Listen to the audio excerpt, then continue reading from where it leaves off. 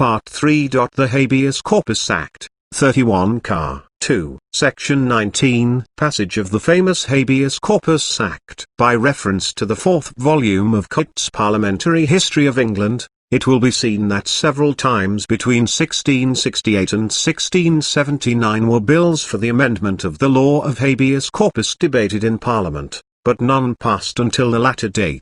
We left the Bill of 1674 at the House of Lords, on May 26, 1679. While Sir Robert Clayton was giving an account of members who had pensions, etc., and just before the Parliament was prorogued and dissolved by proclamation, the Black Rod knocked at the door and commanded the House to attend the King in the House of Lords, where His Majesty passed the Habeas Corpus Bill. This was the crowning act of this Parliament, the great, essential, and inestimable service done to the people of England. The familiar story of Rome's being saved by the cackling of geese seems to have a parallel in the manner in which this act is related to have been passed. Burnet is reported to have said that the act was passed by an odd artifice in the House of Lords, and in these words he tells the substance of the story. Lord Grey and Lord Norris were named to be the tellers. Lord Norris, being a man subject to vapours, was not at all attentive to what he was doing. So a very fat lord coming in,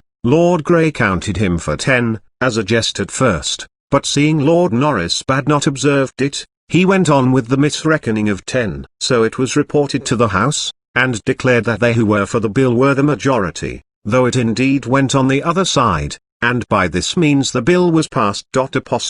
This almost incredible story, however, seems to be borne out by the Minute Book of the Lords, which, it is said, shows that there were only 107 peers in the House, while Lord Campbell is credited with mentioning that the numbers declared were 57 and 55.